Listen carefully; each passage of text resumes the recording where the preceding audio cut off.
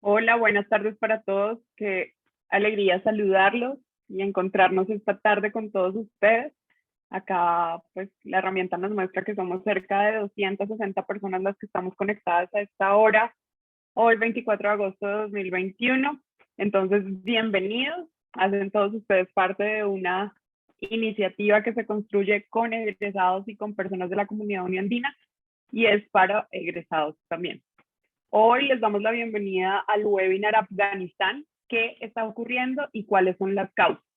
Como universidad y como programa de egresados estamos comprometidos con compartir con ustedes parte de nuestra comunidad información de calidad. Y pues es un privilegio contar con los panelistas que tenemos hoy, así que les damos la bienvenida nuevamente. Estamos esperando que se conecten un poquito de más personas, que ya no deben estar demorando. Me presento, mi nombre es Ana María Leaño, yo hago parte del programa de egresados y allí trabajamos en generar estrategias que cada vez nos permitan seguir construyendo comunidad y acercarnos a muchos de ustedes, nuestros egresados. Para eso queremos presentarles una iniciativa que tenemos en el programa de egresados, así que pongan atención, es un video de 2 minutos, no nos demoramos, pero queremos presentarles nuestro podcast de historias uniandinas.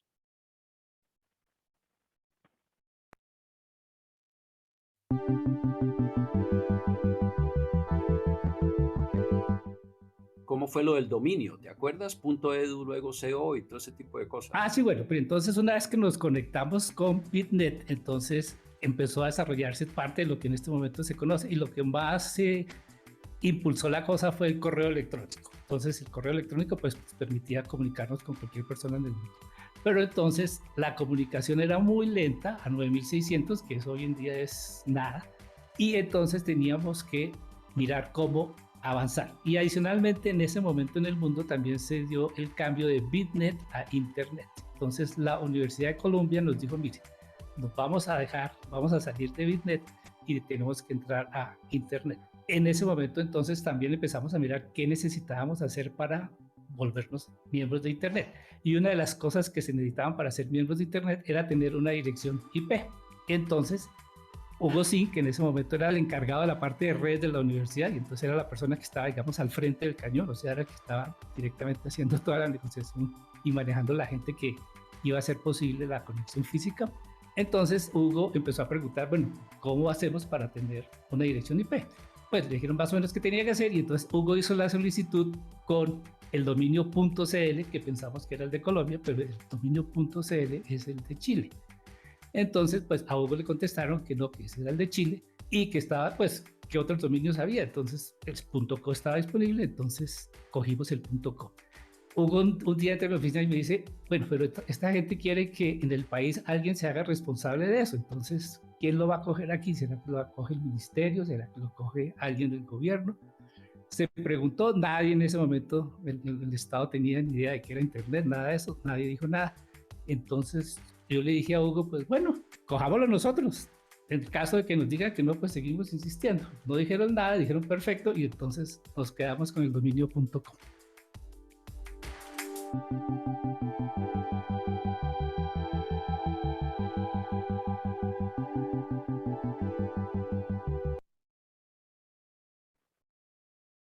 Bueno, buenas tardes. Seguimos sumando conectados a este webinar y a esta conferencia tan interesante que tenemos hoy. Lo que acabamos de presentarles es nuestro podcast de historias uniandinas. La universidad siempre ha estado presente en grandes transformaciones y en grandes hitos de nuestro país y del mundo en general. Entonces los invitamos a que escuchen nuestro podcast. Son historias construidas por egresados que en su momento vivieron estas transformaciones.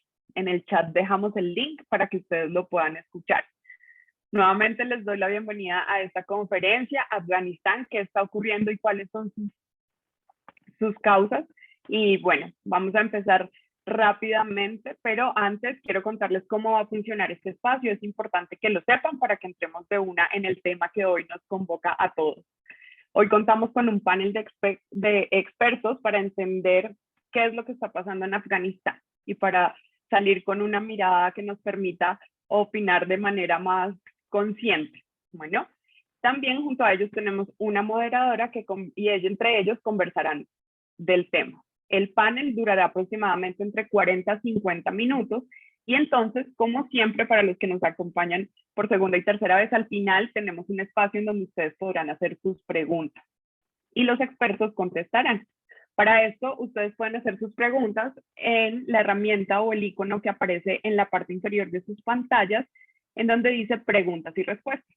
Si quieren, tómense un segundo para ubicarlo, porque por allí, en medio de todo el panel, ustedes pueden empezar a escribir sus preguntas.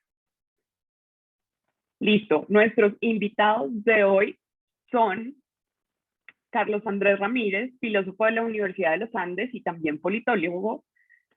También tenemos con nosotros a Felipe Botero, doctor en Ciencia Política de la Universidad de Arizona y profesor de la Universidad de los Andes, y quien actualmente dirige Congreso Visible.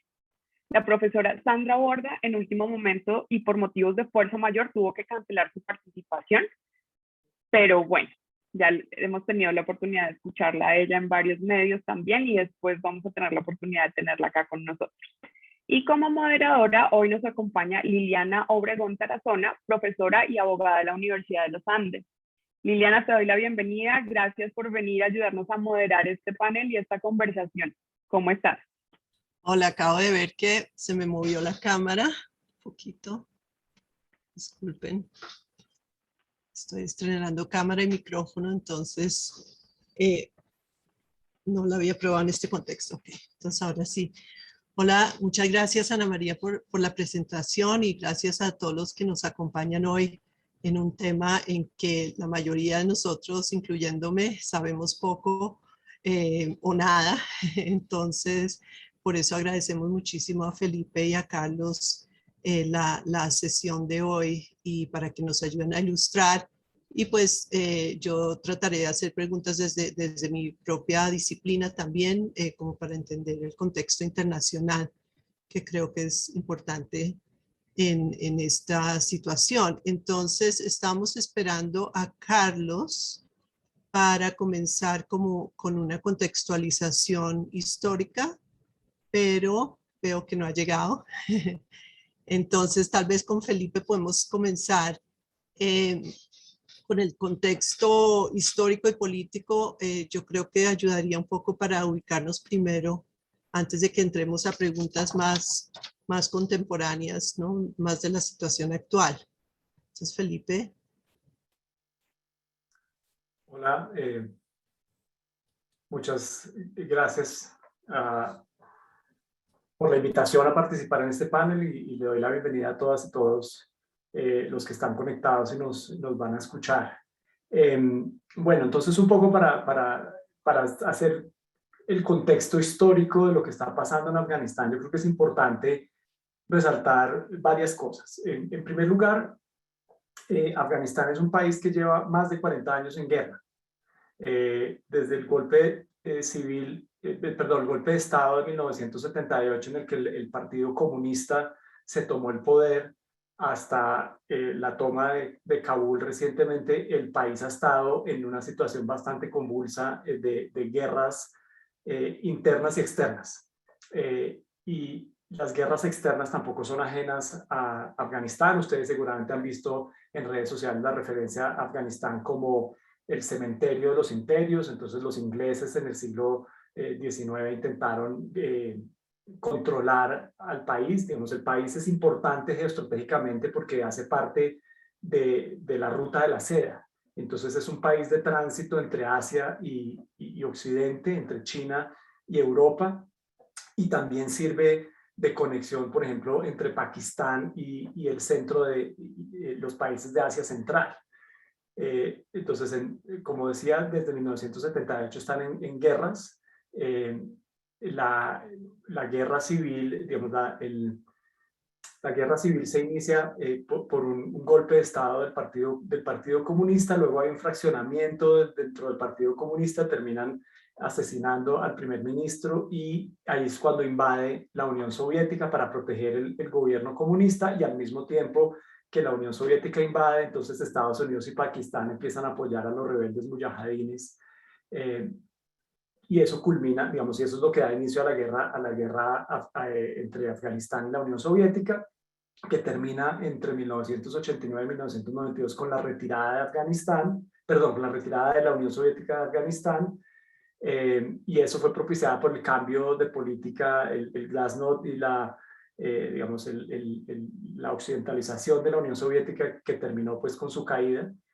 Y después vienen dos guerras civiles. Hay una guerra civil entre 1992 y 1996, una guerra civil entre múltiples ejércitos mujahidines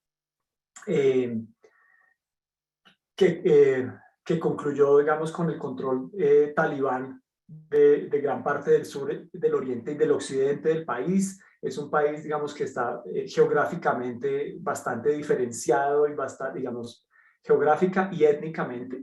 Entonces, digamos, hay múltiples etnias en la región, pues en el país, y esas etnias han estado en conflicto y han estado en guerra. Y luego, bueno, después de esa guerra civil del 92 al 96, vino otra guerra civil entre el 96 y el 2001. En el 96 los talibanes toman el poder, el gobierno que estaba en ese momento se va al exilio y ese gobierno se proclama como el Estado Islámico de Afganistán. Y por otro lado, los talibanes, cuando llegan al poder, establecen el Emirato Islámico de Afganistán, que solamente fue reconocido por 3 países, por Arabia Saudita, los Emiratos Árabes Unidos y Pakistán. Y esto es importante para entender lo que está pasando actualmente. El gobierno talibán duró hasta el 2001, cuando fueron depuestos por la invasión de Estados Unidos en respuesta a los ataques de Al-Qaeda precisamente a Estados Unidos, incluso unos antes a las embajadas en Tanzania y en Nigeria, creo. Entonces, pues es un país que ha estado en conflictos, que son conflictos domésticos e internacionales, guerras civiles y guerras internacionales. Es un país sumamente pobre, es uno de los países más pobres del mundo, es un país donde hay mucho atraso en términos de desarrollo de infraestructura, pero es un país que es importante en términos geoestratégicos en la región y para el comercio de bienes en la región. Y entonces es muy importante para Pakistán, por ejemplo, para tener acceso a los mercados de Asia Central, como Uzbekistán, Tayikistán, Turkmenistán, que son países vecinos por el norte de Afganistán, y también es importante para Irán y para China, para tratar de estabilizar un poco la región. Es decir, que haya inestabilidad en Afganistán es preocupante tanto para Irán como para China. Entonces, para no extender mucho mi intervención, voy a parar por acá. Hola, no, pues ahora se me fue el video, la cámara, qué pena. ¿Sí me escuchan? ¿Pero sí me escuchan? Sí, bueno, entonces mientras arreglo eso, quería darle la bienvenida a Carlos Andrés y pues tal vez como escuchaste un poco tarde, no sé, la presentación de Felipe, pero entiendo que tenías algo también preparado para el contexto. Entonces, en este caso nos sobra repasar, así Felipe ya haya mencionado algunas cosas de las que vas a hablar. Entonces, si puedes seguir con el contexto histórico y entonces entramos ya al contexto actual.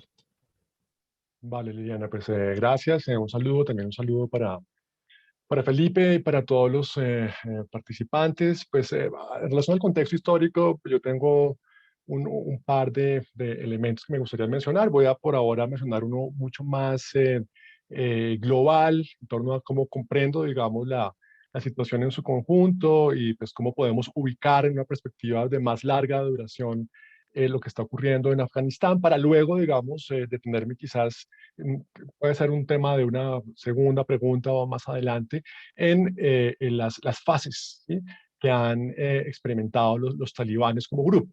Pues creo que preguntarse qué son los talibanes también nos debe llevar a responder el asunto hablando de pues, cómo se han transformado a lo largo de su historia. ¿No? Creo que pues, todos los grupos tienen un carácter histórico, son dinámicos y pues entrar, digamos, a comprender su evolución es, por tanto, pues, significativo.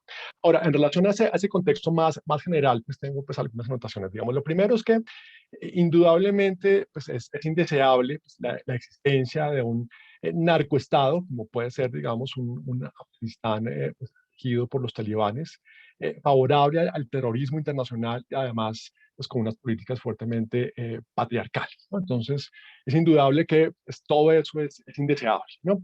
Ahora, no obstante, fijarse únicamente en los riesgos que implica ese nuevo gobierno talibán frente al tema del terrorismo y fijarse únicamente en lo que eso implica en términos de opresión para las mujeres, que es, digamos, el tema que quizás más ha circulado, digamos, en esta coyuntura, ¿sí? Creo que es hilar demasiado corto. Entonces, digamos, mi interés, digamos, con esta primera intervención es ubicar, digamos, ese fenómeno de los talibanes en un contexto histórico de más larga duración. Y yo asociaría ese contexto de más larga duración con los proyectos de resistencia anticolonial, ¿sí? Con el imperialismo y con la politización, con rasgos autoritarios de las culturas locales, ¿sí? Entonces, en ese marco, digamos, es que quisiera yo ubicar el tema de los talibanes, ¿sí? Ahora, Estados Unidos invade Afganistán como parte de la reacción al 11 de septiembre, pero todo esto pues, es parte de una historia pues, mucho más larga, ¿no? Que es la historia, por un lado, del imperialismo soviético y la historia, por otro lado, del imperialismo norteamericano, ¿sí?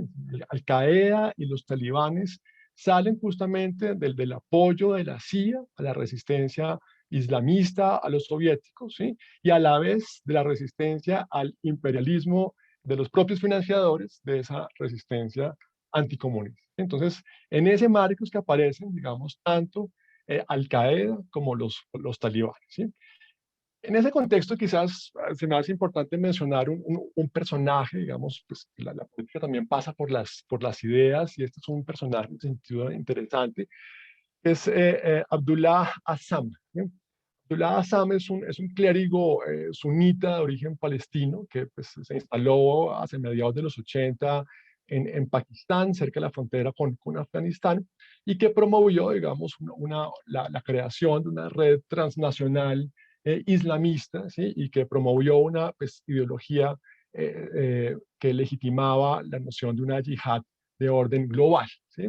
Yo creo que es un tema importante, ¿no? En general, la noción de yihad no tiene que estar orientada a cualquier, digamos, adversario o enemigo, ¿sí? Porque pues, en general estaba localizada pues, en un territorio, que es una yihad deslocalizada, ¿sí? Y eso, digamos, es algo que introduce Abdullah Azzam. Y como lo han señalado, digamos, varios analistas, la guerra afgano-soviética pues es un corte, digamos, en la evolución del islamismo moderno, ¿no? Que pues Afganistán de alguna forma en ese periodo es un laboratorio, ¿sí? Para generar una red transnacional islamista que recurre a métodos terroristas, ¿sí? Y Assam, digamos, es importante en ese contexto, ¿sí? No solo porque pues, es una influencia directa, ideológica y organizacional sobre algunos de los mujahidines que llegarán a convertirse un poco tiempo después en los primeros talibanes, ¿sí? Sino que Assam, que había conocido a Osama Bin Laden en Arabia Saudita, es también, digamos, quien pues, lo orienta en el marco, digamos, como guía intelectual, ¿sí? Quien lo orienta, digamos, en dirección a la noción de una yihad global, ¿sí? El discurso anticolonial que anima las milicias afganas de los años 80 está dirigido contra la amenaza del comunismo soviético, pues eso es indudable, pero en últimas está dirigido contra los proyectos secularistas modernos en países con mayorías musulmanas, ¿no? Y eso, digamos, es importante para entender, digamos, el fenómeno de los talibanes, ¿sí? Los mujahidines, digamos, mujahidines es una palabra que significa, digamos, como el combatiente, el que lleva a cabo la yihad, ¿sí? Los mujahidines tenían una relación instrumental con la ayuda norteamericana, que arranca pues, desde Carter, digamos, eso lo sabemos porque Berzinski, que era pues, un asesor de origen polaco de seguridad de Carter, pues lo comenta en una entrevista, ¿sí? Esa relación, esa ayuda norteamericana, digamos, es utilizada por los afganos en el marco de esa guerra de guerrillas contra los soviéticos, pero eso no significa, digamos, que hubiera, digamos, más allá de esa alianza puramente instrumental estratégica, una simpatía con los Estados Unidos, ¿sí? Por ejemplo, si uno va a ver las declaraciones de Assam, de Abdullah Assam de esa época, pues hay todo un rechazo, digamos, a las políticas norteamericanas en Estados Unidos, todo un rechazo a la política pro-israelí, pues no hay que olvidar, digamos, que Assam es palestino, ¿sí? Que además pues, jugó un rol en la creación de Hamas en el 87, pues que es un movimiento pues, anti-israelí, pro-palestino, ¿sí? Y en general, digamos, en ese contexto hay una visión del mundo opuesta, digamos, a los valores de los islamistas, ¿no? El Occidente es caracterizado por Assam y por Bin Laden y por, digamos, personajes como los talibanes, ¿sí? Eh, como un tipo de sociedad, digamos, que uno podría caracterizar como atea, materialista, abierta a la usura, libertina en su manejo de la sexualidad, con problemas de alcoholismo, de drogas, de depresión, ¿sí? La carta de Bin Laden de 2002, que se llama la Carta América, que es un documento, a mi juicio, bien interesante a la hora de analizar el islamismo, ¿sí? Recoge todos estos temas y los liga, además, digamos, a la hipocresía de los norteamericanos en su relación, digamos, con la noción de democracia y de derechos humanos, ¿sí? Con siempre el tema de Israel como trasfondo. Pues dice, de hecho, Bin Laden, sí, América con su culto de los derechos humanos, pero pues cada vez que Israel se vuelve las reglas de la ONU, de la ONU, pues eso, digamos, resulta irrelevante a juicio de los norteamericanos, ¿sí? Y si bien, digamos, en la primera generación de los talibanes, este antiamericanismo no es el núcleo de su discurso, ¿sí? Y solo con el derrocamiento de su gobierno del 2001 se vuelve central, ese elemento que inicialmente era periférico, luego se vuelve central, ¿sí? Ahí pienso, digamos, en la teoría de las ideologías de Michael Frieden, quien sostiene, digamos, que las ideologías son, digamos, sistemas discursivos que pueden ir variando su núcleo y su periferia. Entonces, un elemento que inicialmente tenía un rol marginal dentro de un discurso puede luego volverse central porque la ideología siempre tiene un carácter histórico. Al-Qaeda y los talibanes en ese sentido no son, pese, digamos, a la brutalidad y a la violencia de sus métodos, no son un grupo de psicópatas. Digamos, eso es importante ponerlo así muy, muy en claro. Digamos, son un capítulo de la historia contra el colonialismo y la occidentalización que pasa, pues, por ejemplo, con los hermanos musulmanes en Egipto, con Hassan al-Banna, con Sayyid Qutb, que pasa por los fedayines del Islam en los años 40 en Irán, pues, dirigidos por Nawaz Safavi, pasa por el Jomeinismo en Irán, ¿sí? Eso es parte, digamos, de esa historia, ¿sí? Y en todos esos casos lo que sucede es una politización de la religión, ¿sí? Como un recurso cultural extendido, masivo y además fuertemente interiorizado y fuertemente emocional en contextos coloniales o semicoloniales, ¿sí? O sea, hay que tener en cuenta que las religiones no son nunca sistemas culturales herméticos e históricos, sino que se transfiguran y se reinterpretan en conformidad con los acontecimientos políticos y culturales, ¿sí? Y el surgimiento del idealismo, del islamismo moderno en el siglo XX, pues va ligado, por ejemplo, a la emergencia del kemalismo en Turquía en los años 20, digamos, cuando Atatürk, ¿sí? Genera de manera sincrónica con el fin, digamos, del imperio otomano, como un proyecto islámico, ¿sí? Genera una república moderna, secularista, ¿sí? Y ese, digamos, es un punto de quiebre para el surgimiento de proyectos islamistas, ¿sí? Se trata de rechazar, digamos, la enfermedad de lo que un teórico, filósofo pues, de origen iraní, Jalal el-Amat, llamó la occidentosis, ¿sí? La enfermedad de contagiarse de Occidente y sus valores, ¿sí? Y ese, digamos, en ese contexto es que surgen, digamos, grupos que buscan una ideologización de la religión, una ideologización del Islam, ¿sí? Y eso pues pasa en una primera instancia por la idea, digamos, de generar un Estado islámico, ¿sí? Pasa en segunda instancia por la idea de una militarización de la devoción, digamos, el Islam, en el Islam se habla que hay 5 pilares y se incluiría entonces aquí la yihad como el gran pilar, que es como el metapilar que pues mueve todo lo demás, ¿sí? Y además se enfatizarían, digamos, en estos proyectos de ideologización del Islam, digamos, los rasgos más moralistas y reactivos frente a Occidente, ¿sí? De los contenidos, digamos, de la tradición islámica. Y pues ahí está incluido, por ejemplo, todo el tema de género, ¿sí? El éxito actual de los talibanes es por eso una derrota de Estados Unidos, una derrota de la OTAN, pero es una batalla dentro de una guerra diseminada globalmente y discontinua en su intensidad, ¿sí? En un país como Pakistán, por ejemplo, una vez, digamos, ocurrió lo que ha ocurrido en estas semanas, digamos, haya habido gente celebrando en las calles, que haya ocurrido, por ejemplo, que el primer ministro Imran Khan haya hablado de una liberación de las cadenas de la esclavitud, ¿sí? Revela, digamos, cómo este fenómeno puede ser percibido en otros contextos, ¿sí? Y cómo el tema además no se agota en el temor de Occidente al terrorismo, ¿sí? Y a la defensa de los derechos de la mujer frente a pues, amenazas que son indudables, sino que se trata, digamos, de una guerra político-cultural de largo alcance. En ese contexto sí creo que tenemos que analizar el tema de los talibanes. De nuevo no me funcionó la cámara, pero hay mucho de lo que dijiste y también para complementar con lo de Felipe, muchas preguntas para poder entender todavía el contexto actual.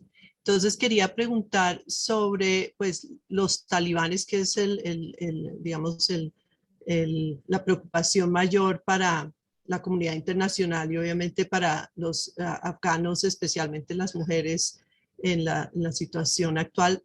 Entiendo que los talibanes son de un grupo étnico, los Pashtun, ¿no? Que no es tampoco mayoritario en el país, que parece que es como el cerca del 40% y que hay como otros grupos tribales o minorías étnicas en Afganistán. Entonces entiendo también que el vicepresidente del gobierno afgano se tomó el poder, o sea, se declaró presidente al huir el presidente anterior, y entonces él está refugiado en una región donde tiene posiblemente otra vez apoyo de las tribus del norte, ¿no? De las alianzas del norte. Eso podría jugar en la posibilidad de una guerra civil ahora, o sea, una reorganización para volverse a tomar el poder los que no están de acuerdo pues con los talibanes, o los talibanes son una fuerza ya mucho mayor de la que nos imaginamos, pues por lo que llevan 20 años reorganizándose. Y esto podemos comenzar con Felipe para ir cambiando de turnos. Vale, muchas gracias. Pues ya lo señaló muy bien Carlos, cómo el conflicto en Afganistán es un conflicto de larga duración y que tiene que ver, entre otras cosas, con la intersección de la religión, la etnia y el anticolonialismo. Y en ese sentido, entonces hay que entender también el papel que han jugado los talibanes. Entonces, los talibanes llegan al poder, entre otras cosas, porque lograron brindar paz y justicia en la región en la que ellos dominaban, digamos, a principios de los 90, como dije en mi intervención anterior. Afganistán ha sido un país que ha estado prácticamente en conflicto las últimas 4 décadas, entonces hay mucha inestabilidad, y los talibanes lograron, a través de la imposición de su visión de justicia, que es una visión pues ortodoxa, derivada de sus preceptos religiosos, como pues bien lo señaló Carlos, pero lograron digamos, establecer un poco de paz y orden y un sistema de justicia que funcionaba, con todos los asteriscos que se les quiera poner a ese sistema de justicia y la visión del contexto internacional. Obviamente los talibanes tampoco gozan, digamos, de popularidad en todo el país, pero en la medida en que han logrado controlar el territorio, administrar económicamente algunos, digamos, los aspectos clave de la economía afgana en estos momentos no son, como creemos, la economía ilegal. La economía de la heroína, de la amapola y de las metanfetaminas son aspectos importantes de la economía y son aspectos importantes de los ingresos que perciben los talibanes, pero es la economía informal y la economía formal también de donde derivan la mayoría de los ingresos, y digamos, tiene que ver con el comercio, principalmente el comercio de combustibles. Entonces, el control de las autopistas, los puentes, los caminos, las rutas de es clave, y eso lo tienen en este momento los talibanes. Entonces van a tener una cantidad de ingresos y eso les va a permitir un poquito de independencia frente a la comunidad internacional, que ya ha amenazado sanciones y ha amenazado retener la ayuda de cooperación. Pero, digamos, las tarifas que cobran, los aranceles y los impuestos por el transporte de mercancías de bienes de consumo y de combustibles, pues les aportan unos ingresos muy superiores a lo que aporta la cooperación internacional. Y digamos, sobre el tema de los talibanes y la capacidad que van a tener de controlar el país, pues yo creo que es una región inestable, y el hecho de que haya también rivalidades entre grupos étnicos. Entonces, Liliana, tú mencionabas a los pastunes, que son un grupo muy importante que está, digamos, más en la frontera con Pakistán, pero también están los uzbecos y los tajikistanes y los turmequistanes, que están en las fronteras con esos países, y los hazaras en la mitad del país. Digamos, todos esos en épocas anteriores en las guerras han jugado un papel importante. El norte del país en el gobierno durante el primer Emirato Islámico de Afganistán, el norte del país siguió funcionando y había universidades a las que podían asistir las mujeres, digamos en Mazar al-Sharif, y en Bahiyam también había, digamos, las mujeres tenían un papel importante y combatían a los talibanes hombro a hombro con los rebeldes hazaras. Entonces, los talibanes, a pesar de tener, digamos, la mayoría del país, pues hay regiones que no han controlado, y yo creo que, digamos, en este momento eso se va a mantener, aunque de todas formas, pues en este momento la posición de los talibanes es muchísimo más fuerte, porque primero lograron estratégicamente controlar el país muchísimo más rápido de lo que se esperaba. Digamos, la apuesta de Estados Unidos, de los acuerdos de Doha de febrero del año pasado, que fueron el punto de inflexión que llevaron a la caída de Kabul reciente, digamos, fueron una jugada estratégica que los talibanes operaron de forma muy efectiva y en contra de las expectativas de Estados Unidos y de la comunidad internacional. Y eso les permitió, entre otras cosas, también hacerse a unos arsenales muy importantes que dejó abandonado el ejército del gobierno afgano. Entonces, en este momento, pues tienen los números, tienen los recursos militares y tienen también el control de la economía, lo cual les da una ventaja muy grande frente a las posibles oposiciones de los otros grupos étnicos. Ahora, yo también creo, y hay que mencionar algo importante, y es la modernización de los talibanes. Entonces, los talibanes, a pesar de tener una visión muy ortodoxa, entonces, como lo señalaba Carlos, cuando llegaron al poder prohibieron la televisión, prohibieron los deportes, prohibieron la música, prohibieron las expresiones culturales. Hoy en día lo que vemos son a unos talibanes más conectados con la realidad global. Entonces, el hecho de que hubieran hecho una conferencia de prensa, por ejemplo, el primer día, de que hubieran hablado de derechos humanos, que hubieran hablado de los derechos de las mujeres, muestra un interés de conectarse con una comunidad internacional y de no ser rechazados inmediatamente.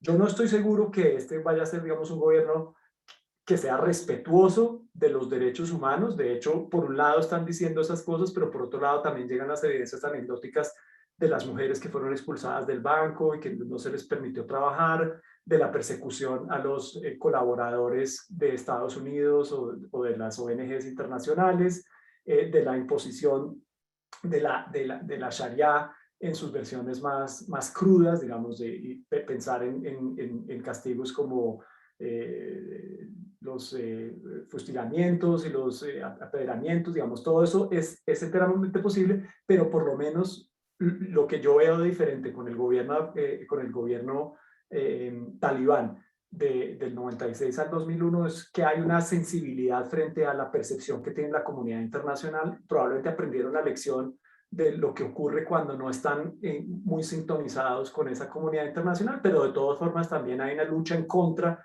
de ese imperialismo, como bien lo señalaba Carlos, del imperialismo de donde venga, y también un interés muy fuerte de promover el Islam en el mundo. Y en esto la alianza, digamos, el patrocinio que le ha dado tanto Arabia Saudita como Pakistán es importantísimo, aunque, digamos, Pakistán y Arabia Saudita son también socios estratégicos muy importantes de Estados Unidos. Juegan un juego doble al apoyar también a los talibanes en su afán de expandir el Islam y posicionar el Islam en el mundo.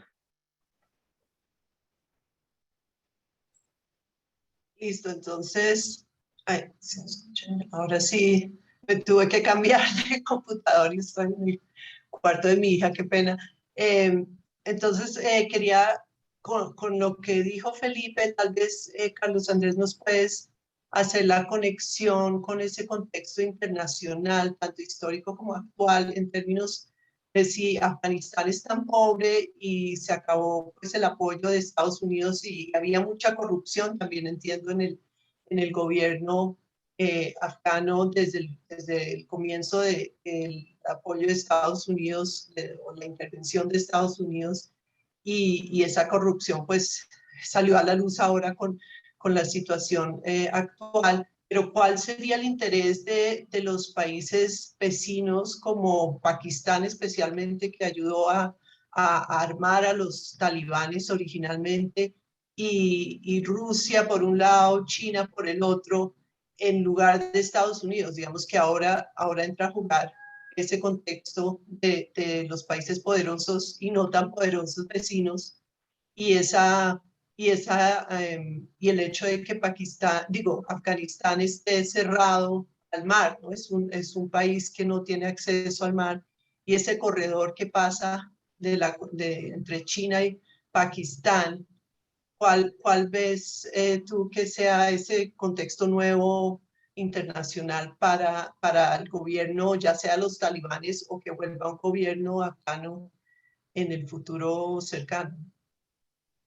Ok, pues hay varias cosas que me gustaría, digamos, intervenir, antes de contestar directamente a tu pregunta. Primero, pues en el chat aparece una discusión entre Sergio y María, Sergio Espinosa y María, hablando de la yihad y, digamos, con eso también aclaro algo que mencioné inicialmente. Habitualmente se mencionan que hay 5 pilares del Islam. Los pilares del Islam son el salat, la oración, el ayuno, el impuesto que se llama zakat, ¿sí? La peregrinación a la Meca para que tengan los recursos, y la shahada, que es el testimonio de fe. Esos son los 5 pilares tradicionales del Islam. Y eso no incluye la noción de yihad, ¿sí? Hay, obviamente, dependiendo de los contextos locales, de las escuelas, en fin, hay, por supuesto, distintos énfasis, pero regularmente la noción de yihad no es considerada en el estatus de pilar, ¿sí? De la práctica del Islam, ¿sí? ¿Qué es lo que hace, digamos, el islamismo, digamos, y lo que hacen, digamos, ideólogos como Assam? Es convertir, ¿sí?, la lucha y la defensa del Islam, ¿sí?, en la forma, digamos, primordial de toda devoción por encima de la misma oración, ¿sí? Es decir, no recuerdo ahora cuál es el texto de Bin Laden, en el cual dice, digamos, explícitamente, ¿sí?, que los participantes en la yihad pueden ser a veces personas moralmente dudosas, pero que si contribuyen a la causa de una manera eficiente pueden ser incorporados y considerados, digamos, incluso en el estatus de mártires, ¿sí?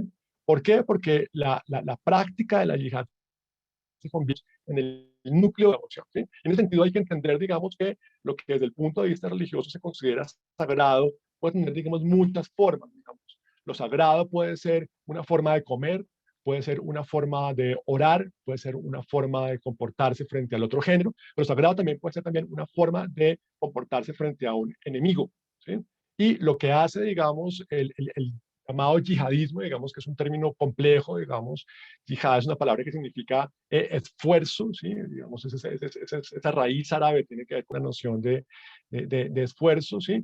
Lo que hace, digamos, el llamado yihadismo es convertir, ¿sí?, esa dimensión militar, digamos, del Islam, que aparece, digamos, en la Sharia, en las discusiones en torno a la defensa del territorio islámico frente a enemigos externos, que pues en el marco del Islam es la distinción que se hace entre dar al Islam y dar al harb, ¿sí? Entonces, digamos, hay un territorio, digamos, que es el territorio sagrado, el territorio, digamos, donde se viven las normas del Islam, hay un territorio externo, y ahí es, digamos, donde entra, digamos, en esa jurisprudencia islámica la discusión sobre la yihad, ¿sí? Lo que hace el yihadismo es convertir ese fragmento, digamos, de ese código jurídico en el núcleo de toda devoción y en la prueba máxima de fe. Y eso, frente a lo que menciona Sergio, es equivocado, digamos, sostener que la yihad siempre ha tenido el mismo estatus y que eso es independiente de la perspectiva del islamismo. El islamismo lo que hace es convertir ese fragmento de la legislación en el núcleo de una práctica de vida y en el núcleo de la religiosidad. Entonces, eso es importante, digamos, precisarlo, pues haciendo remisión a lo que está presente, digamos, en la afirmación. ¿Sí? Ahora, está bien la aclaración, digamos, el islamismo no es el islamismo extremismo, hay muchos tipos de islamismos, el islamismo no es ni violento ni no violento, digamos, hay islamistas, son, a mi juicio, digamos, cualquier tipo de grupos que consideran que los contenidos del Islam pueden convertirse, ¿sí?, en una orientación para la vida pública y que en esa medida pueden entrar en la competencia, por ejemplo, interpartidista, pues llevando, digamos, un mensaje inspirado por el Islam, así como puede existir, por ejemplo, en nuestros contextos más cercanos, la democracia cristiana. ¿Sí? Esos grupos también, digamos, pueden ser considerados perfectamente islamistas. Entonces, no estoy hablando, digamos, de islamismo en un sentido, digamos, restringido. Ahora, volviendo a algunas de las cosas que se mencionaban antes, digamos. Primero, yo quisiera complementar pues, algunas de las cosas que dijo Felipe sobre, antes de contestar la pregunta de Liliana, sobre pues, la historia de los talibanes, digamos.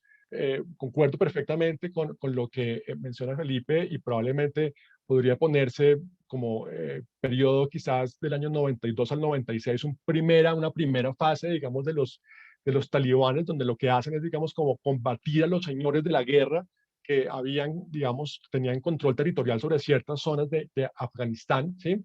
Y que a juicio, digamos, de esos prototalibanes habían traicionado el sentido de la yihad antisoviética, ¿sí? Y lo que hacen, digamos, es, pues, de la mano, digamos, de seminaristas, estudiantes de las madrasas, sobre todo de Pakistán, ¿sí? Pues restaurar de alguna forma, pues, el carácter islámico de esa lucha. Pero, y eso creo que lo quiero mencionar ahora, porque cuando hablemos del tema de género, que seguramente va a aparecer, también quiero volver a ese tema, pero en todo caso, teniendo una fuerte conexión con los códigos de honor pashtunes, ¿sí? Que sobre todo, digamos, en el sur de Afganistán, digamos, tenían una amplia resonancia, ¿sí? Y eso también fue parte pues, del éxito político de los talibanes, de alguna forma, que sus marcos, digamos, de acción, pues resonaban también, utilizando, digamos, pues, esta teoría de los frames, de la teoría de los movimientos sociales, resonaban, ¿sí?, con la cultura local, ¿no? Y ahí, digamos, el tema de género creo que va a ser importante más adelante. En ese contexto, digamos que aparece el Mullah Omar como el guía de los talibanes. Luego, digamos, pues logran finalmente imponerse como gobierno en el 96 y el 96 al 2001, pues hay un gobierno talibán que tiene también un respaldo, digamos, en las estructuras institucionales, digamos, tradicionales de Afganistán, por toda la idea de la Jirga, que es, digamos, como un consejo colectivo digamos, de las élites, sobre todo pashtunes locales, ¿sí? Y en ese marco, digamos, el Mullah Omar es establecido como emir de los creyentes. Aparece en Kabul, le sacan de un museo una túnica al profeta Muhammad y en ese contexto es que él, digamos, es establecido como la máxima autoridad. Y esos talibanes en el gobierno se vuelven mucho más, digamos, verticales, mucho más autoritarios, practican una especie como de populismo punitivo, utilizando la idea de hududs, que son, digamos, los castigos contemplados en la Sharia, una justicia bastante, digamos, espectacularizada. Y esa época de los talibanes también es una época en la cual su Islam, que en todo caso resonaba mucho con costumbres locales, que además tenía sus fuentes en el Islam de Obandi, se ve mucho más influido, digamos, por el salafismo saudita y pues se aproxima más, por tanto, ideológicamente a los movimientos fundamentalistas tipo Al-Qaeda, ¿sí? Luego del 2001, digamos, pues son derrocados, se dispersan, se vuelven, digamos, una guerrilla y su discurso ahora se centra, digamos, en combatir el enemigo externo, ¿sí? Y ahí la autolegitimación proviene básicamente de la experiencia de haber combatido a soviéticos primero y a norteamericanos después, ¿sí? Y en ese marco, digamos, no dejan de tener también, pues, resonancia en la población algunas de sus posturas. Por ejemplo, pues, la ocupación, digamos, de la OTAN y Estados Unidos ha generado muchos daños colaterales, es decir, muertes de civiles, ¿sí? Hay casos también de abuso sexual dirigidas contra la coalición internacional, hay denuncia de torturas cometidas en la base aérea de Bagram, sería como el Abu Ghraib afgano, ¿sí? Y todo eso pues contribuyó también, digamos, a la capacidad de movilización de los talibanes. Aparte de eso, digamos, los talibanes pues critican la idea de que hay un gobierno corrupto, títere, ¿sí? Pues inicialmente en cabeza de Karzai, del presidente Karzai, que además el gobierno, digamos, no suple servicios básicos a la población, comenzando por la seguridad, y que además hay una élite rentista que se enriquece con el dinero de los donantes internacionales, ¿sí? Y eso, digamos, genera que sobre todo, digamos, en el sur, los talibanes, digamos, logren cierta influencia.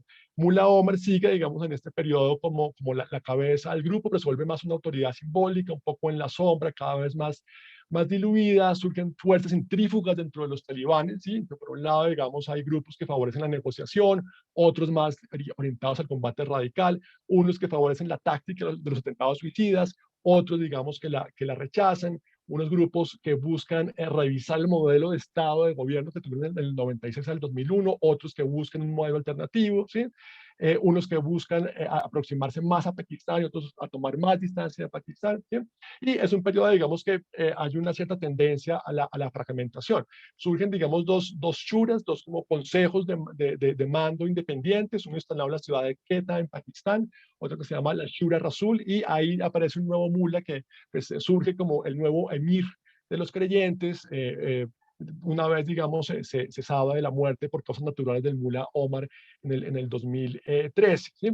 Y es un periodo, digamos, donde hay una fuerte amenaza de fragmentación de los talibanes, ¿sí? En el 2016, digamos, ese Mullah Rasul es dado de baja por un ataque de drones. Mullah Dadullah, que había introducido la idea de atentados suicidas, también muere por un ataque con drones, ¿sí? Y además entra a Afganistán el Estado Islámico, entra ISIS, entra Daesh a competir en ciertas zonas con el dominio talibán. En ese marco, digamos, de debilitamiento militar, de pérdida de líderes, de competencia de otros actores armados, ¿sí? Es que los talibanes buscan, digamos, una mayor institucionalización, ¿sí? El actual líder, digamos, Akhundzada impulsa, por tanto, digamos, un liderazgo colegiado que se cristaliza en la Shura Rabari. Se establecen comités con distintas funciones, pues, agencias de prensa, pues, como mencionaba ahora Felipe, los talibanes han dado ahí sus ruedas de prensa recientes, ¿sí? Y algunos de los líderes más próximos al Mullah Omar inicialmente, como Mullah Baradar, que ha aparecido, digamos, frecuentemente ahora en medios, que fue el que firmó el acuerdo de Doha, y Mullah Yaqub, que es un hijo del Mullah Omar, ¿sí? Son como los sectores moderados que respaldan al actual líder, ¿sí? A Akhundzada, ¿sí? Pero simultáneamente pues sigue habiendo, digamos, hardliners que pues buscan, digamos, una orientación distinta del grupo. Y pues hay que decir en todo caso que se trata de una organización, digamos, policéntrica, multigeneracional y que su unidad, digamos, no es fácil de constituir, ¿sí? Ahora, volviendo a la pregunta que hacía Liliana antes, y respondo rápido también pues para dar la palabra a Felipe, creo que ha hablado más de la cuenta, pues el contexto internacional, digamos, es bien complejo, ¿no? Por un lado, digamos, a un país como China le interesaría, por ejemplo, reconocer eventualmente un gobierno talibán a cambio de que los talibanes se comprometan a no agitar o a no movilizar las minorías musulmanas en China, ¿sí? Algunos países occidentales y a la China tal vez le interesaría quizás, ¿sí? Que si se controla, digamos, el tráfico de amapola por parte de los talibanes, les podrían dar a cambio también reconocimiento internacional, ¿sí? Eso también, digamos, es una alternativa que está en juego, ¿sí? A Irán, por ejemplo, digamos que tiene una relación tensa y conflictiva con Afganistán, porque, por ejemplo, en la región de Baluchistán tienen, digamos, han tenido fuertes conflictos, porque además hay un litigio en torno a un río, el río Helmand, pues, que lleva, digamos, décadas, y porque además los talibanes han sido enemigos de las minorías chiitas en Afganistán, ¿sí? Y pues Irán, digamos, es un país chiita. Por muchos motivos hay una relación tensa entre ambos países. No obstante, digamos, al parecer ha habido, digamos, cierta aproximación entre los talibanes e Irán, ¿sí? En la medida en que pues, tienen en todo caso un enemigo común, ¿sí? Y en la medida en que pues, podría haber pues, alguna clase de posibilidad de formación de un bloque con algunos acuerdos comunes mínimos pues, para enfrentar al enemigo externo compartido. Pero, repito, digamos, es una relación bastante tensa y conflictiva, más aún cuando pues, los talibanes pues, están influidos por pues, toda la teología salafita Saudita, que pues tiene, digamos, unos presupuestos completamente opuestos a los del Islam chiita, y donde además los chiitas mismos aparecen es como una secta herética y no son reconocidos en realidad como musulmanes. Entonces, también esa situación, digamos, es complejo. También, digamos, la posición de Pakistán. Pakistán, digamos, celebró el triunfo, pues el triunfo parcial de los talibanes, porque pues siempre los ha apoyado, ¿sí? Con excepción quizás del periodo de Bhutto en la presidencia, ¿sí? Los ha apoyado porque, entre otros motivos, eso fortalece su posición frente a la India. Digamos, Pakistán e India pues tienen un litigio histórico muy largo y prolongado, y pues cualquier elemento que favorezca, digamos, la posición pakistaní frente a la India, pues es favorecido. Entonces, también eso es visto, digamos, en la perspectiva de Pakistán como un posible avance en sus intereses, ¿sí? Entonces, en realidad, digamos, bueno, y otro escenario internacional que hay que tener en cuenta, digamos, es que los ISIS o Daesh, digamos, tiene una presencia importante en la zona de Kandahar, que es de donde vienen, de hecho, la mayoría de los líderes talibanes, de donde venía este Mullah Omar, ¿sí? Y que pues eso se convierte también en una amenaza a su estabilidad, ¿sí? Y que además, digamos, en la zona de Panjshir, ¿sí? Al norte de Kabul, pues hay, digamos, fuerzas también, ahí está, digamos, concentrada parte de las fuerzas de oposición que ya combatieron a los talibanes en el pasado, y que pues hacen, digamos, también dudoso el control territorial que puede ejercer un gobierno talibán. Digamos, alguien preguntaba en el chat ahora, pues, qué tanto, digamos, los talibanes podrían construir un Estado, y pues hay una de las limitaciones que aparecen es esa, ¿no? De hecho, ¿qué pasa cuando no hay un control territorial pleno y cuando habría zonas del país, una, digamos, apropiada por ISIS, otra apropiada, digamos, por fuerzas islamistas antitalibanas, ¿sí? ¿Qué pasaría, digamos, en ese contexto que pues, conduce, digamos, más en la dirección de una guerra civil que de un gobierno estable talibán? Bueno, con eso cierro. Bueno, muchas gracias, Carlos. Como vemos, hay mucho que decir. Ya voy a entrar entonces a las preguntas que nos están haciendo en el chat y en la sección de preguntas. Y voy a unir varias. Creo que para Felipe hay un gran interés en el papel de Estados Unidos antes y después, o sea, la llegada de Estados Unidos y la situación actual. El hecho de si mejoró en algo Afganistán con la presencia de Estados Unidos.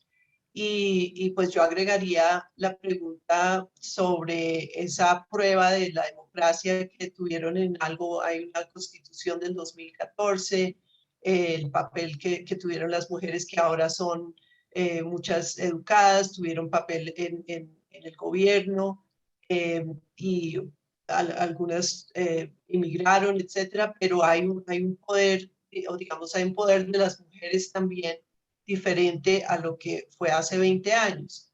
Entonces, esta relación con Estados Unidos, digamos, más positiva que negativa, o cómo vemos, y el abandono de Estados Unidos en este momento, qué puede pasar en relación al gobierno. ¿Podría haber alguna forma de negociación entre los talibanes y los otros grupos para que haya algún tipo de solución democrática para formar un nuevo gobierno, o eso no se prevé como posible? Gracias, sí, me parecen muy interesantes esas preguntas que recoges, Liliana.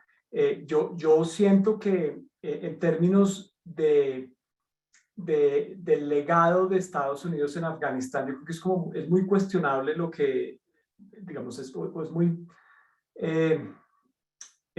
problemática esa herencia de la ocupación americana, porque como lo señalaba Carlos, también hay mucha resistencia a los poderes y a la imposición, y lo que trató de hacer Estados Unidos fue pues, un mecanismo de imposición y tratar de construir unas instituciones democráticas en el vacío. Y lo otro que también fue problemático de la ocupación de Estados Unidos es que no tenían un norte muy claro. Es decir, cuando Estados Unidos atacó Afganistán y cuando lo ocuparon, su principal objetivo era expulsar a los talibanes del poder y capturar a Al Qaeda.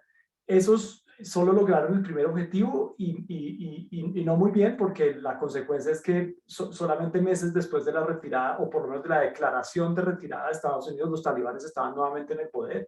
Entonces la ocupación les sirvió para reconcentrarse en algunas zonas y cambiar sus estrategias y su discurso posiblemente. Y Al-Qaeda, digamos, no estaba en Afganistán cuando Estados Unidos llegó, estaba refugiado, digamos, en las montañas de Afganistán y Pakistán. Finalmente, en el gobierno de Obama lograron asesinar o dar de baja, como sea el término adecuado, a Bin Laden. Pero entonces, el objetivo inicial no era de construcción estatal ni de construcción institucional, y en ese sentido, como tú lo señalas, también hubo mucha corrupción, y parte, digamos, de la ayuda también es una ayuda que es circular. Entonces Estados Unidos invierte, digamos, en infraestructura militar, pero los contratistas son norteamericanos, y entonces queda muy poco en el terreno. Entonces, realmente Estados Unidos tiene muy poco para mostrar de lo que lograron en 20 años, por lo menos en términos de construcción institucional. Hay otros indicadores que sí son positivos y que son preocupantes de cara a lo que puede ocurrir con un gobierno, pues con el gobierno talibán que vamos a enfrentar en los próximos años, y tiene que ver con la calidad de vida de la población. Entonces, no solamente el tema de las mujeres y su participación en la vida pública, sino con condiciones básicas de salud y educación de la población, la reducción drástica de la mortalidad infantil, probablemente asociada con el hecho que las mujeres pueden salir a la calle y pueden llevar a sus hijos al médico o a los hospitales, mientras que si están encerradas en sus casas, como lo dice la interpretación del Islam de los talibanes, entonces pues es mucho más difícil que tengan acceso a esos servicios básicos. Entonces, yo creo que el legado de Estados Unidos es bastante problemático, lo que lograron en Afganistán, y además empañado también con las campañas de bombardeo que continuaron, y el bombardeo con drones y los efectos colaterales, digamos, las víctimas civiles de esos bombardeos. Y eso es algo que tanto China como Rusia van a capitalizar seguramente, y van a mostrar tanto hacia adentro de sus países como hacia afuera en la comunidad internacional como la capacidad de los Estados Unidos de producir resultados pues es cuestionable. La capacidad de los Estados Unidos de imponer un orden pues está también en duda, y también, digamos, la capacidad de transformar las vidas de las personas. Entonces lo van a utilizar dentro de su discurso internacional para posicionarse ellos, para tratar de ocupar ese lugar. Y también están interesados, digamos, en la estabilidad regional, porque les interesa, digamos, a China en particular. Desde hace unos años lanzó una iniciativa que se llama la Iniciativa de la Franja y la Ruta, o la nueva Ruta de la Seda, en donde hay un proyecto de muchos billones de dólares de construcción de infraestructura en todo el mundo para conectar comercialmente a China con el resto del globo. Y por supuesto, Afganistán es un actor importante dentro de esa estrategia, aunque el involucramiento de China en Afganistán no ha sido ni es en este momento notable. Digamos, tienen muy poca inversión, tienen un par de proyectos mineros, pero no han crecido mucho. De hecho, uno de ellos está descontinuado, y la única exportación notable que hay en este momento de Afganistán a China es de piñones. De piñones, o la nuez del pino, no ningún tipo de producto industrial, porque pues de eso hay muy poco en Afganistán. Lo que sí, como lo señaló Carlos, hay una intención muy grande de China de tratar de apaciguar, pues no apaciguar, por lo menos controlar el activismo islámico de los uigures en Xinjiang, en China, y que el gobierno talibán, o la llegada al poder, porque Afganistán tiene frontera directa con China, con esa región, obviamente, donde hay etnias musulmanas. Entonces hay una intención muy grande, un interés de parte del gobierno chino que el gobierno talibán o la llegada al poder de los talibanes no implique movilizaciones sociales y descontento en esa región que ellos han controlado con una mano muy dura. Entonces, ya para redondear, yo sí creo que es un revés geopolítico grandísimo, tanto para Estados Unidos como para Europa también, porque la invasión fue de Estados Unidos y la OTAN, y entonces el discurso europeo por los derechos humanos también queda muy en entredicho, sobre todo con la forma en la que abandonaron al país y dejaron a muchos ciudadanos afganos a la deriva con esa retirada tan imprevista.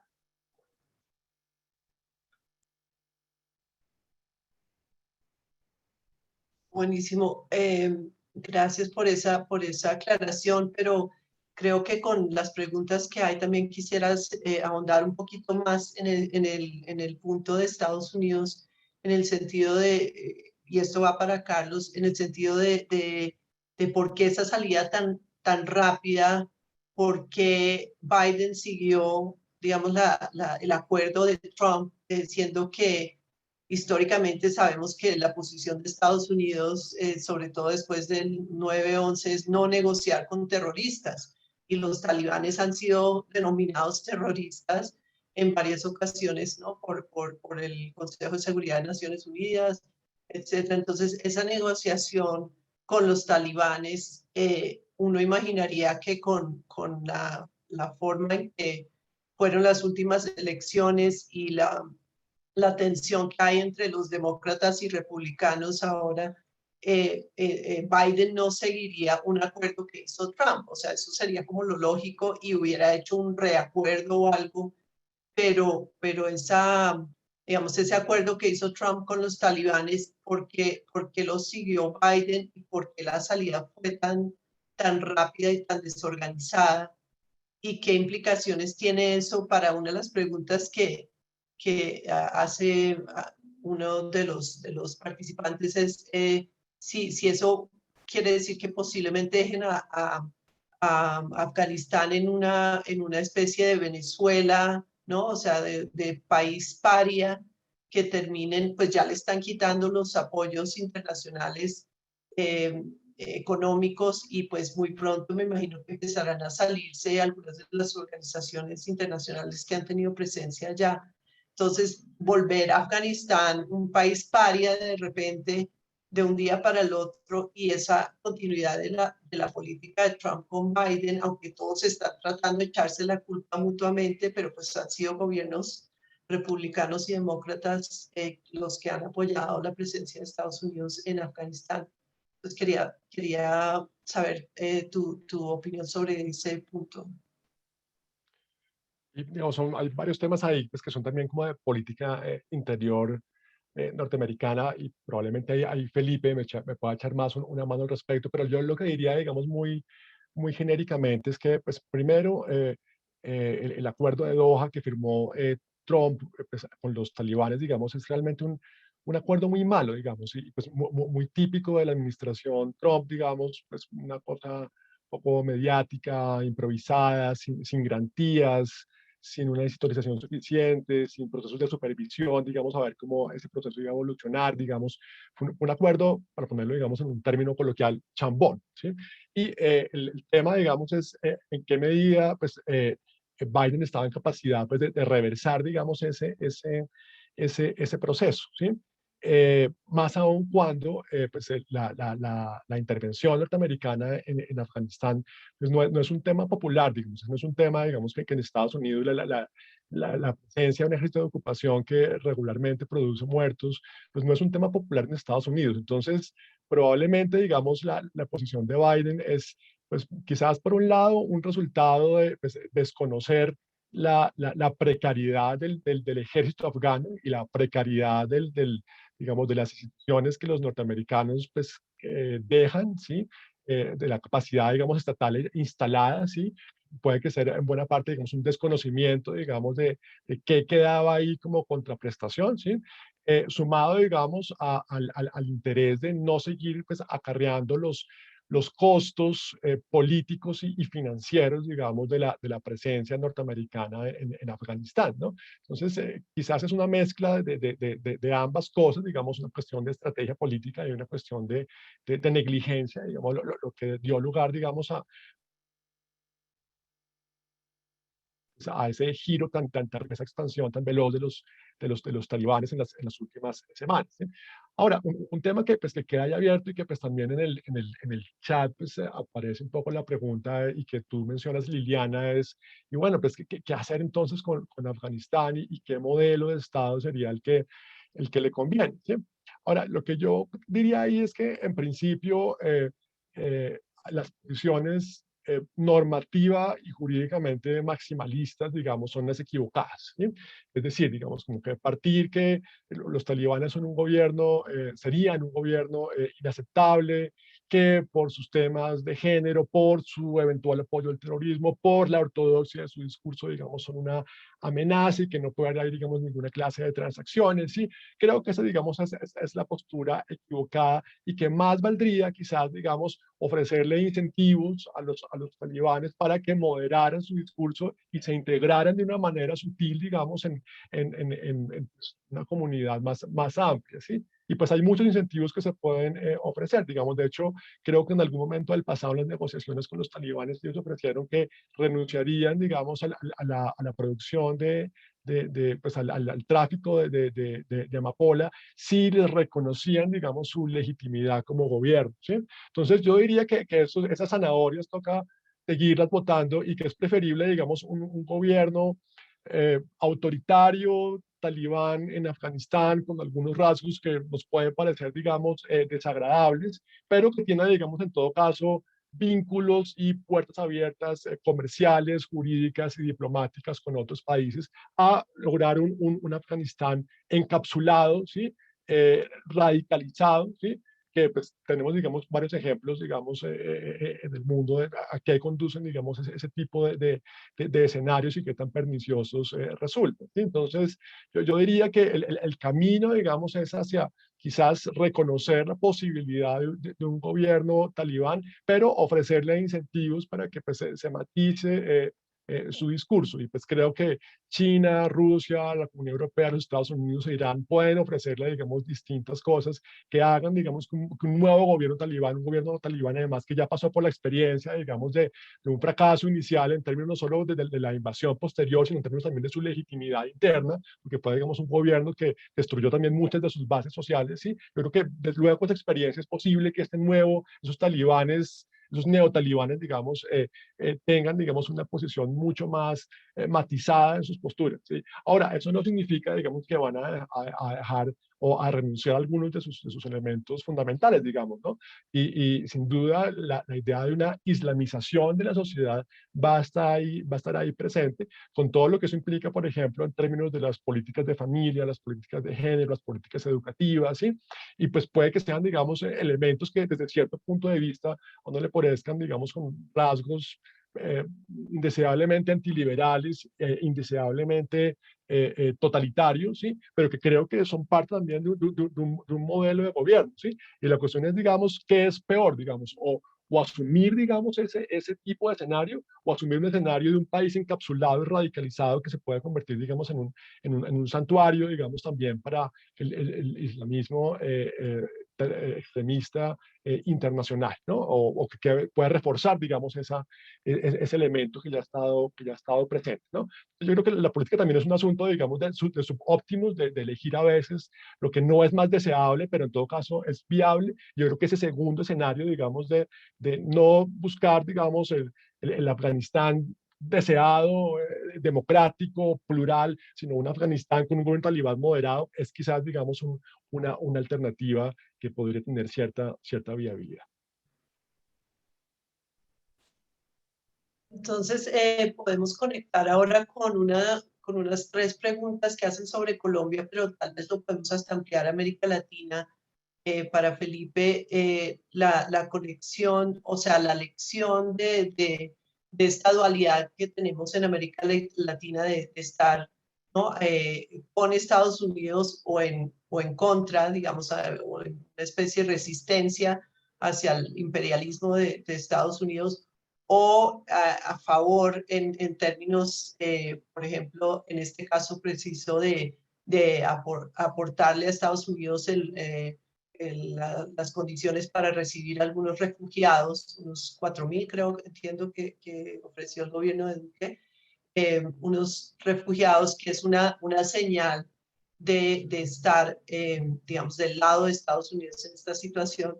Entonces, ¿cómo verías tú, Felipe, esas lecciones de Afganistán para América Latina y para Colombia en términos de esa dualidad que siempre tenemos con Estados Unidos? Bien, sí, yo creo que en términos de la relación con Estados Unidos, la experiencia de América Latina es muy distinta porque, eh, digamos, nosotros hemos aprendido a convivir con el imperialismo norteamericano y nos hemos beneficiado de esa relación. Y bueno, por supuesto, Colombia tiene una relación particularmente cercana con Estados Unidos, mucho más que la mayoría de los países vecinos, mientras que en Afganistán ha sido una relación mucho más problemática y mucho más eh, polarizada y dinámica, en el sentido que han sido varios los imperios que han tratado de llegar a imponerse en Afganistán: el Imperio Británico, la Unión Soviética, Estados Unidos, y siempre también lo han hecho con una visión muy colonial, muy colonizadora, de imponer sin construir ni entender lo que hay en el terreno. Digamos, yo leo así la intervención de Estados Unidos que acaba de terminar.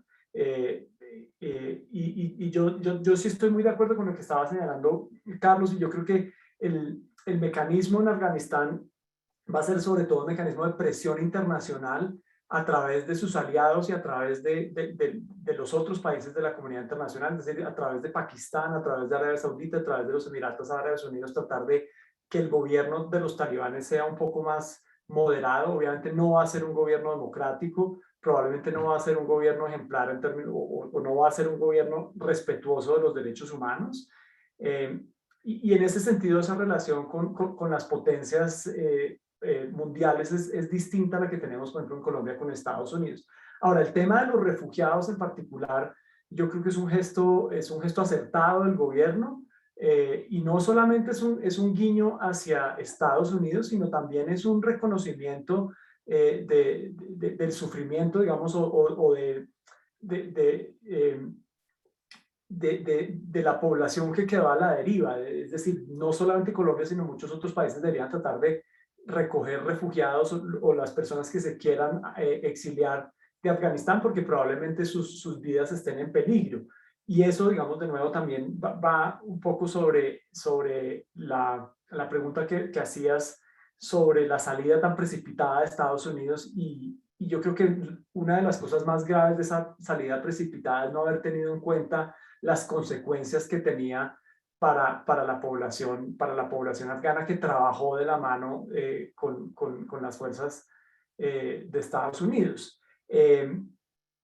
Y sí, digamos, yo creo que la decisión de Biden fue una salida que no había mucho que hacer, era una situación muy difícil, pero la salida, digamos, sí fue muy mal manejada, entre otras cosas por problemas serios de inteligencia, una sobreestimación de la capacidad del gobierno y el ejército afganos, una subestimación de la capacidad de las fuerzas talibanes, y también un abandono muy grande de la población afgana que colaboró con la ocupación.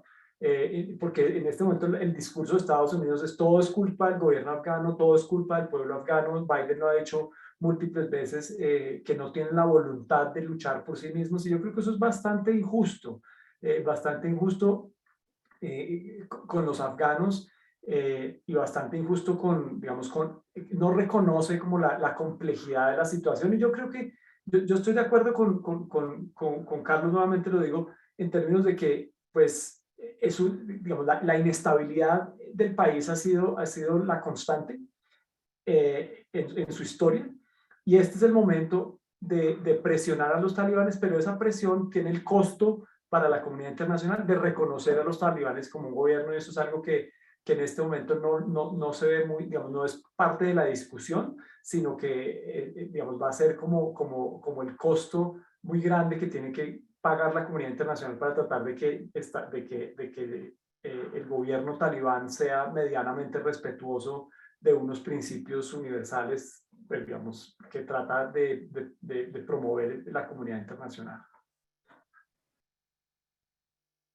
Gracias. No sé cuántos minutos tenemos, pero si hay tiempo, creo que estamos por terminar, pero creo que podemos hacer una última pregunta para Carlos, que está basado en un comentario de Víctor Hugo, sobre o sea, el hecho de que los talibanes quedaran en el poder, por lo menos, aunque sea momentáneo, es como un guiño quizás a otros grupos terroristas internacionalmente, o sea que si va a haber una expansión de estos conflictos internos y se le da un reconocimiento a estos grupos terroristas en la región o en el mundo.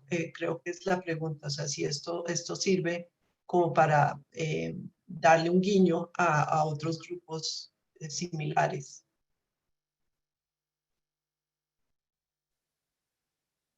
Ok, pero yo lo que quería es que es una cuestión de craso realismo político y es, digamos, en últimas, ¿qué es peor? Digamos, reconocer un gobierno talibán con los costos, digamos, normativos que eso tiene, o asumir, digamos, que hay un Estado, digamos, que puede estar, digamos, absolutamente fuera de control y que se convierte, digamos, en un santuario terrorista y en una fuente, digamos, de adoctrinamiento a largo plazo para generaciones de islamistas, ¿sí? Entonces, hay, digamos, que creo que hay que sopesar esos elementos. Además, digamos, creo que el concepto de terrorismo es un concepto que, como todos los conceptos políticos, digamos, tiene un uso pues muy discrecional, ideológico, digamos, no hay conceptos políticos neutrales, digamos, el terrorismo, digamos, forma parte de eso. Uno bien podría decir que que los talibanes son terroristas, pero no podría decirlo perfectamente el Estado de Israel.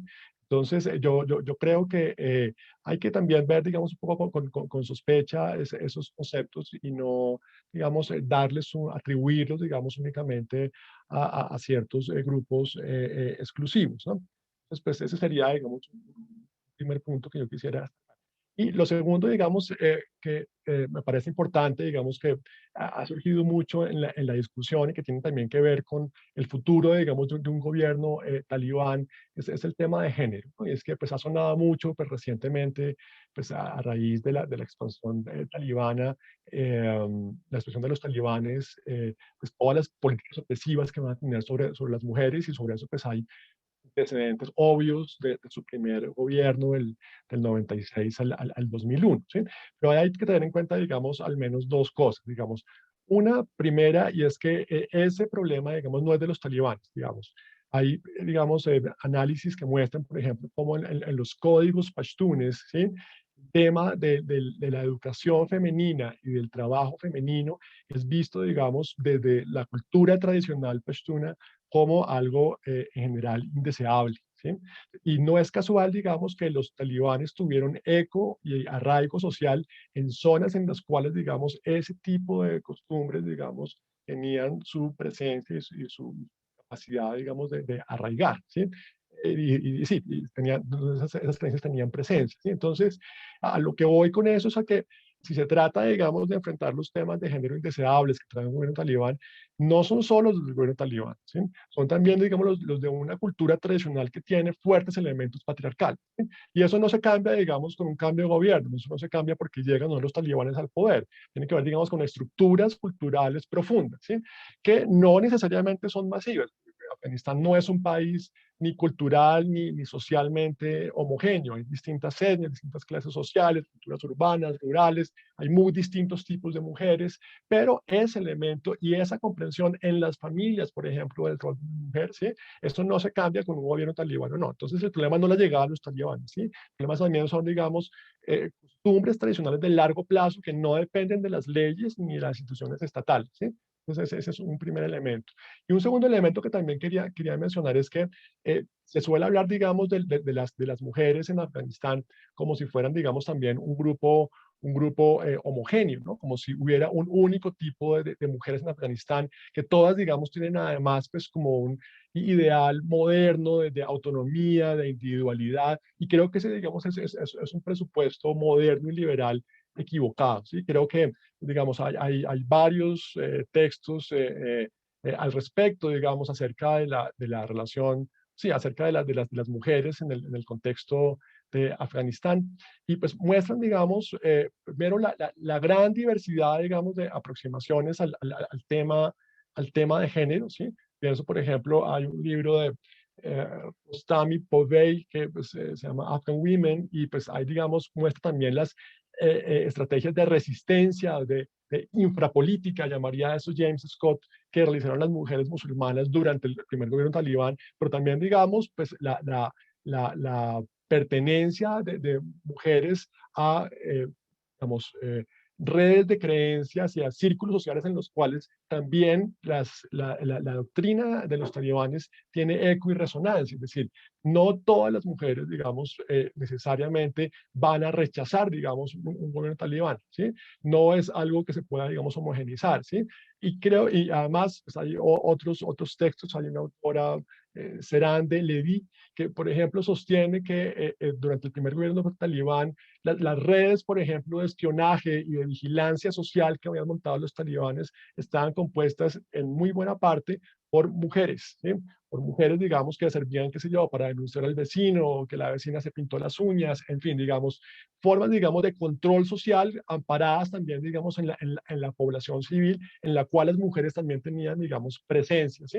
Entonces, digamos, no menciono esto para rechazar o poner en duda la idea de que los talibanes tienen unas políticas altamente patriarcales y altamente opresivas, pero sí, digamos, para llamar la atención sobre el hecho de que, uno, las mujeres afganas no son homogéneas y que es una presuposición equivocada. Y pienso, por ejemplo, en un libro como Politics of Piety de Saba Mahmood, ¿sí? En la cual, digamos, lo que se muestra justamente es que hay formas, digamos, de pensar la agencia femenina en sociedades islámicas que no necesariamente pasan, digamos, por el registro de la autonomía, de la autodeterminación, del trabajo, sino, por ejemplo, por el cultivo de la virtud, de la timidez, por ejemplo, de la candidez, ¿sí? Es una forma de construirse como mujer y generar ahí una cierta forma de agencia, ¿sí? Y pues Mahmoud hace todo un trabajo etnográfico al respecto, cuestionando, digamos, los supuestos liberales de cierto feminismo occidental, ¿no? Entonces creo que ese es un tema ahí bien interesante porque la estrategia, digamos, de criticar, digamos, los gobiernos islámicos, y pienso, por ejemplo, mucho en el caso de la República Islámica de Irán, a partir de sus políticas de género, es una estrategia también altamente ideológica y altamente ideologizada, ¿sí? Es decir, hay un libro de Leila Ahmed, por ejemplo, donde muestra pues cómo del siglo XIX, digamos, una forma de criticar a los gobiernos islámicos desde Europa y especialmente, digamos, desde Inglaterra, era, digamos, denunciar su atraso respecto a los temas de género, ¿sí? Y ahí hay, digamos, pues, todo un debate abierto, pero lo que no se puede, digamos, y eso no significa, digamos, que no haya, en efecto, pues, agravios contra las mujeres, pero sí que esos agravios contra las mujeres pueden ser a la vez usados como una herramienta ideológica, colonialista, imperialista, ¿sí? Y lo uno no le resta, digamos, importancia a lo otro. Entonces, creo que ese tema de géneros es bien importante porque pues creo que eso ha sido parte integral del debate reciente y la forma en que se está manejando, digamos, creo que cae muy fácil en la trampa de la denuncia, de la indignación, sin darse cuenta, digamos, de pues, muchos elementos etnográficos y culturales que uno podría, digamos, rescatar para problematizar, digamos, esos supuestos. Yo creo que con ese tema podríamos hacer toda una otra sesión porque cuando estabas hablando, estaba pensando que los fundamentalismos extremos del judaísmo o del catolicismo, el cristianismo, son igualmente opresores y machistas, ¿no? Para las mujeres, ¿no? Entonces los extremos de cualquiera de estas grandes religiones las mujeres no les va bien en ninguna de ellas, o sea que tienes razón en la forma de juzgar y de la variedad. Pensemos en si la mayoría de América Latina es católica, pero no los feminismos dentro de América Latina tienen gran variedad en términos de esa relación con catolicismo o el cristianismo, entonces podríamos poner ese paralelo. Pero hay tanto que hablar que desafortunadamente tenemos que terminar la sesión, pero creo que aprendimos muchísimo. Gracias Felipe y Carlos Andrés, aprendimos muchísimo de ustedes y creo que hay mucho para seguir conversando sobre Afganistán y sobre los temas que salen de Afganistán que nos afectan a todos de alguna manera en otras partes del mundo. Entonces los dejo con Ana María para cerrar. Y gracias a todos por los que participaron hoy.